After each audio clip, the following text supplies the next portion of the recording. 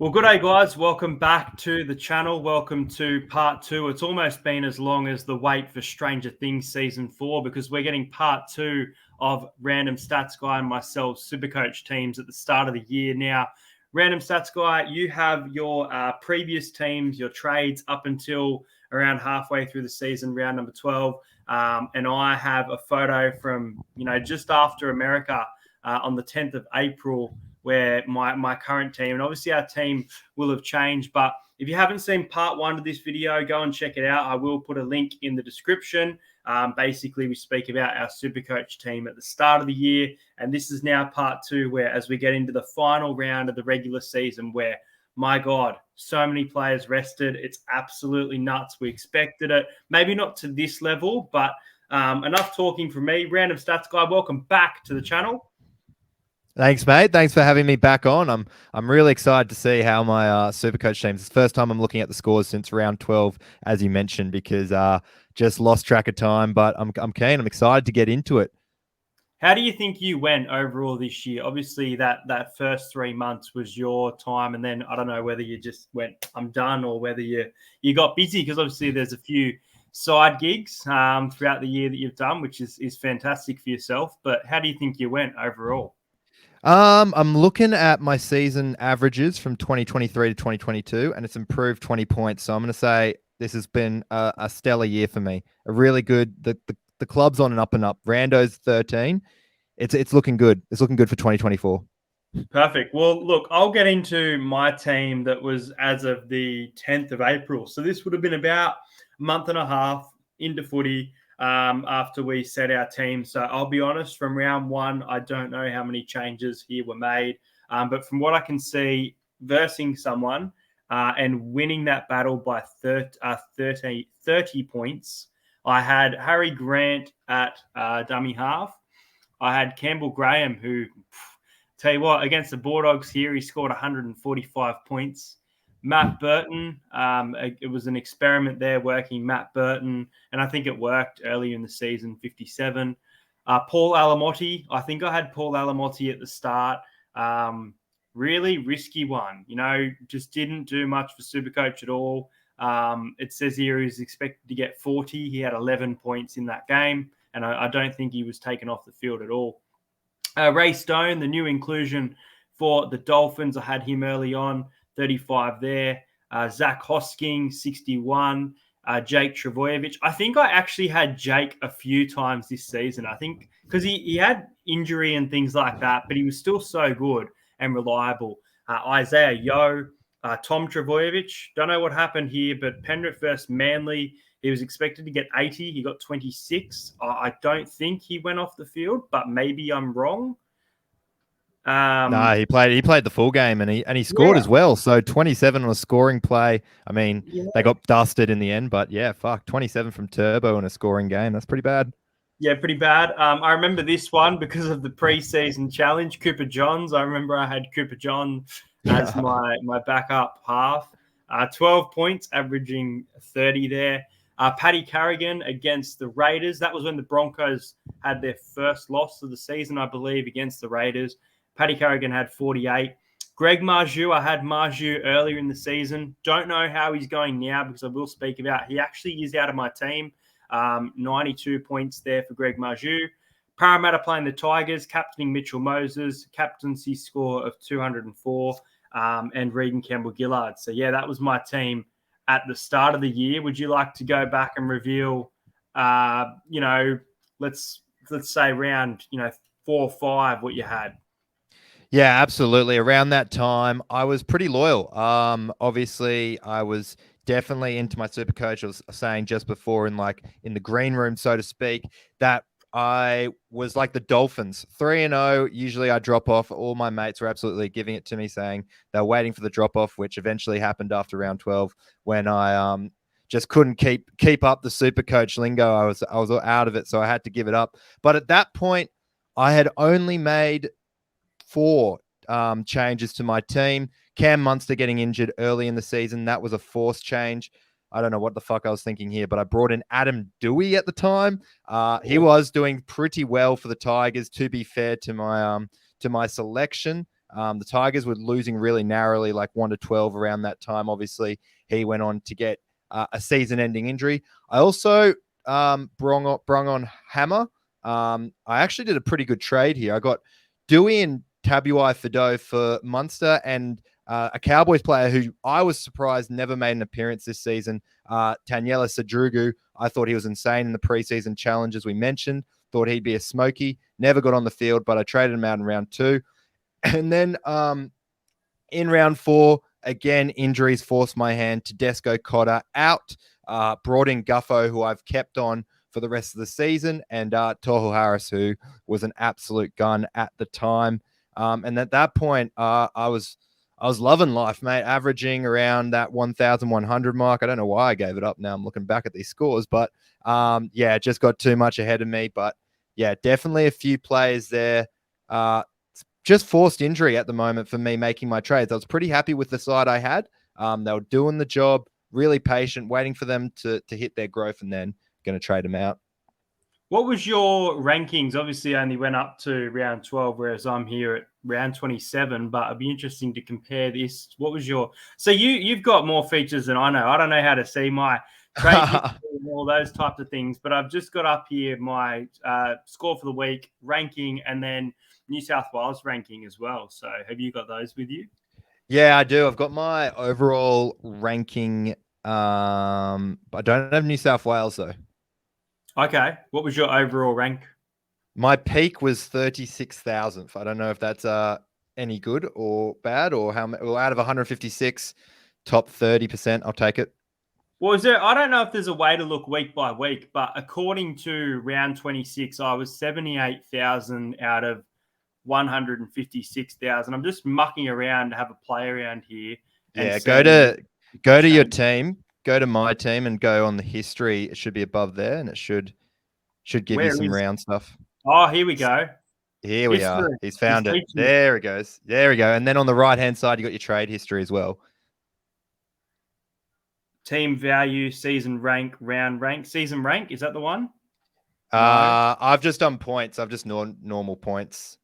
Okay. And where do you see yours? So you can see the rank on overall position on the right round side. position, overall rank. Okay, so 30 in round. Okay, so in round 4, 38,000. Oh my God. Okay. In round 9, 2,000th ranked.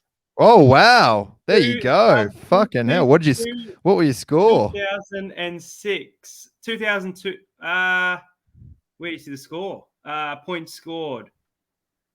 1,324. That's a good score.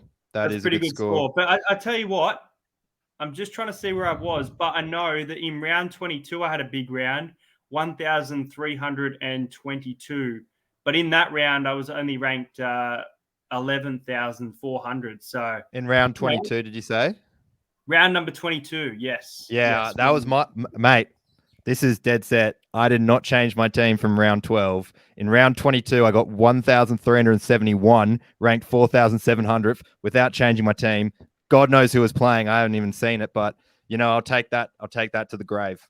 What was your lowest amount of points scored in the season? I'm just trying to look for mine now. I think it was round 13. Round 13 was depressing. 384. Yeah, I got 455 in that one. So that's definitely fair enough. Yeah, I love these features now that you've talked about. Playing around with that. All right, well let's get into my team. Obviously, I've played Supercoach a lot more this year. I have played since 2018, so I have tried to get better and better.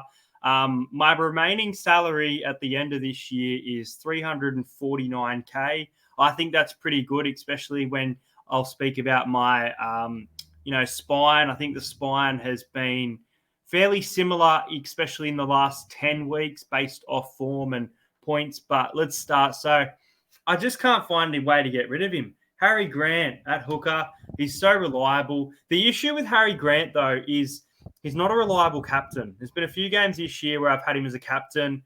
Look, he seems to average 70 points, but he does get those games where he only gets, just over 40. He got 70 against the Titans last week. I think earlier in the season, from memory, I feel like I had Jaden Sullivan. from the Dragons on the bench, but I have moved it to a bit of an expensive one because I had the money there. Api Coruscant, great efforts in that losing side. He's played out of position as well a couple of times this year. 619K at the moment and average score of 55, getting 48 against the Roosters in a losing effort. Bit of a silly decision, but I guess it was okay to do it.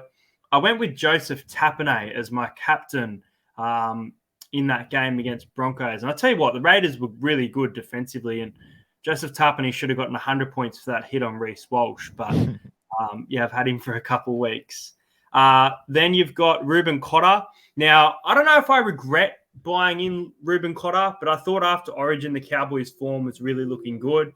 He's only averaging about 50 points, and I guess that's not too bad for a front row, but that's a little one that I'm a little bit skeptical on. Eddie Blacker. I don't think he's played a first-grade game this year. He obviously played a couple games last year and had a great game against the Cowboys there. And Davey Moali, who is now out for Souths, but had a couple games there, and it wasn't too bad off the bench, but that makes up the first forward pack there. A recent trade was, and I think it might have been after that 80 tackle game, was Cameron McInnes. He's at 690K, very reliable. He's averaging 58.9, but he's got 68 points. So he's always going above that mark. Another one who didn't play last week, but he's been very consistent. He was a late buy. Josh King from the Melbourne Storm. He's had a really good season, very underrated player. The two players I think of right now that are just having underrated seasons that I think, assuming might be good for Supercoach, Josh King and Lachlan Croker. Now, I've only got one of those players, but they're two players that you probably wanted to have weeks ago. For the Dolphins, I've got Connolly Lemalulu, averaging 54 points, 500K. He's had a phenomenal season. Made that back row position his after being not wasted at the Cowboys, but from memory, I think he was at center. I'm pretty sure he was a center, and he's moved himself into this position, which is so awesome to see. Yeah, absolutely. He's come out of nowhere as well. Tom Gilbert getting injured was his blessing, and I think he had a really good run in between, if not like the last 5 weeks, around 19 to around 24, where he just kept scoring tries, which obviously helps a lot with the back rower. So he definitely got a bit of try scoring form, which helped his average. On the bench, I think I have had him all year, but I'm not sure. It's my own boy. It's Jermaine Hopgood. I know a lot of people have traded him out as the year has come and gone, averaging 70 points, had 74. Jermaine Hopgood was very good for Supercoach this year. I can understand why people did get rid of him in these last couple of weeks with Parramatta's tough draw, but hey, fewer wins there. Zach Hosking for the Penrith Panthers. Now, I actually expected him to explode with points, but he plays big minutes in his games, but he just doesn't average many points. They say he's averaged 52, but I swear most weeks I look at him and he's getting 30 points. So that's another one I kind of regret. Moving into the halfbacks now, very expensive one, 800K. Is he going to get the Dally M? Potentially. Sean Johnson from the Warriors. He's led that side around all year. I think I got Sean Johnson maybe around 13. So I think I've had him for at least 2 months, 3 months now. He's had a phenomenal season, and they didn't play that good against the Dragons. So that's why he's only got a score of 50, but he was getting over 100 regularly for games. Another late inclusion via the bench, 370K. If you can still get him, I'd recommend him for this week. Jack Cogger from the Penrith Panthers. With the injury to Jerome Luai getting another opportunity while Nathan Cleary was out for that extended amount of time, Panthers were still able to get some great wins on the board, and he averages around that 45 mark. Someone who's out this week, and it's absolutely nuts. I don't know if you knew this, but his highest price for the season from what I saw was 1.4 million, and that is for Kalen Ponga. Kalen Ponga has been a revelation at the Knights. He's always been a potential player, but he's never unlocked the level of football that he is right now. 128 points scored against the Sharks. I think 104 points scored last week against the Bunnies. I had to have him. And I think even having him in that 5/8 role, even though he's a fullback, it really, really works. Considering I think there hasn't been too many 5/8s this year that I've considered. I don't think Munster's been in all that great form. I would say that behind the Ponga choice there, if I was to pick a legitimate 5/8, I would probably go with Cody Walker, but maybe not on recent weeks. Isaiah Katoa, I think I could be wrong. I think we might have both had him at the start of the year. But 11 points. 11 points is just atrocious. He seemed to be doing it week in, week out. So I wanted to trade him, but he was such small value. So I just kept him there and didn't reserve him. Moving on to the wings and centers, I had Brian To'o. Big price here for Brian To'o, 750K.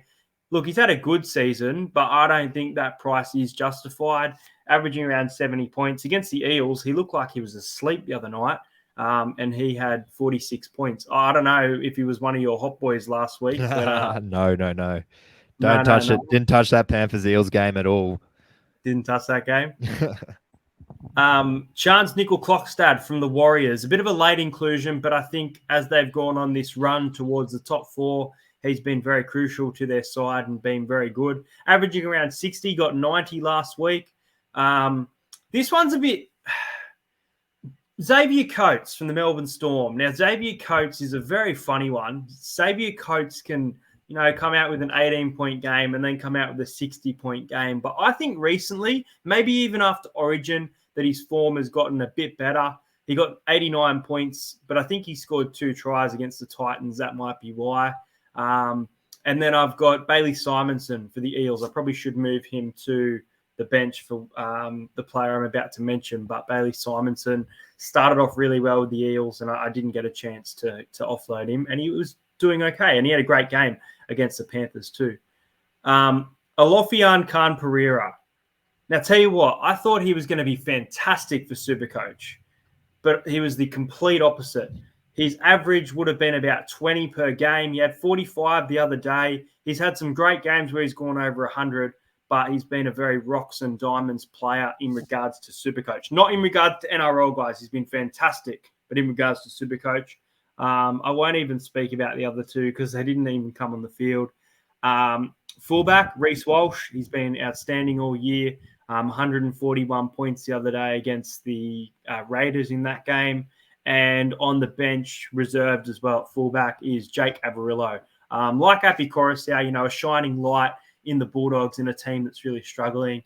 Moved from centre to fullback and really made that position his since Hayes was there. So, yeah, really proud of my team this year, especially that spine, Ponga, Johnson, Walsh, and I guess Grant as well. You could chuck in there. But, what do you think of that team?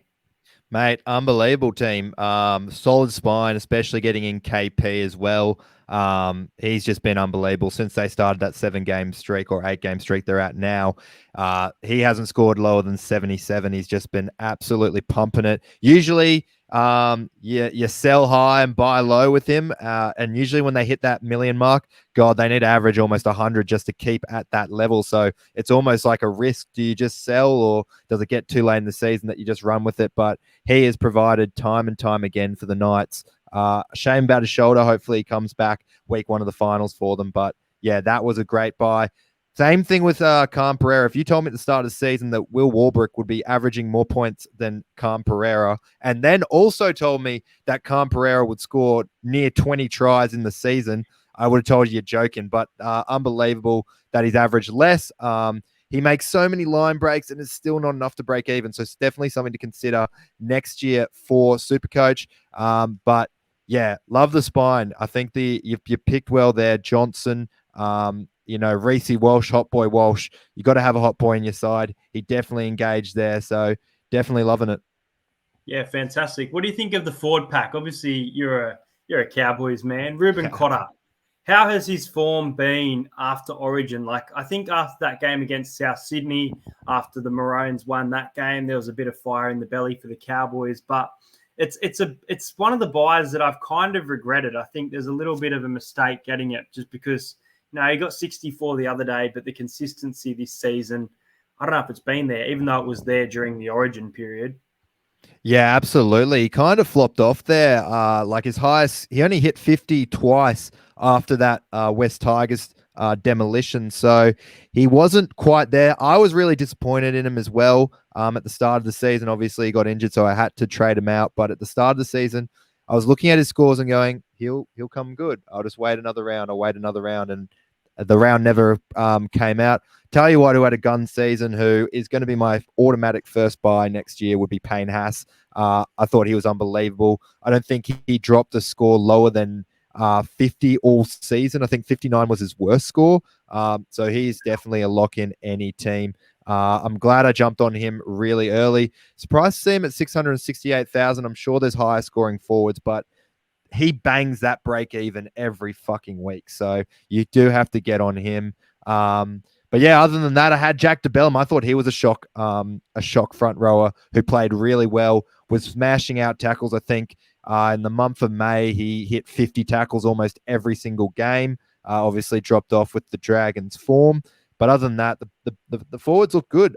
Harry Grant, as you mentioned, he was hit and miss, but when he was on, you want him in your team, don't you? So maybe not captain material, but definitely solid to have a spot in your side nonetheless. But other than that, Hopgood, I think you had to keep him. He was going to come good, even though he was playing back row for a few games. He was going to come good eventually, and he always puts in a hard work effort. So he's always working harder than your usual back rower. So other than that, mate, I thought the team was pretty solid, and mate, the stats showed, mate, 2000th at one point. Crazy. Yeah, pretty good season overall. Obviously, you stopped in round 12, but some pretty good results there for yourself, except for that 400. That 400 was awful. Yeah, no. We don't talk about it. Maybe I saw that score and got completely discouraged and was like, fuck it, I'm not going to be able to keep this momentum up. But yeah, no, I was looking at my my head-to-heads and I was like, win, and then round 12, loss. So it's got something I got to be better at, something I got to be personally better at in Supercoach. I'm throwing money in all these comps that I am with my mates, and basically should rather just donate it somewhere else rather than old mate's pocket. Yes. Well, guys, make sure you guys check out Random Stats Guy over on Instagram. He's been in red hot form, especially with some betting tips and things like that. Obviously, you heard his hot tip for Supercoach next year is Payne Haas, currently at about 600K. We'll see if he stays at that at the off season. Thank you so much for jumping back on the channel and speaking about your team, speaking about my team. It's been fantastic, and definitely get you on again, maybe even for a grand final preview. I remember we did that for the Panthers Rabbitohs a few years ago. Beautiful. Sounds good, mate. Sounds good. All right, guys, make sure you subscribe to the channel if you're new around here. Let us know your Supercoach team in the comments. We hope you enjoyed this video, and I'll see you guys later.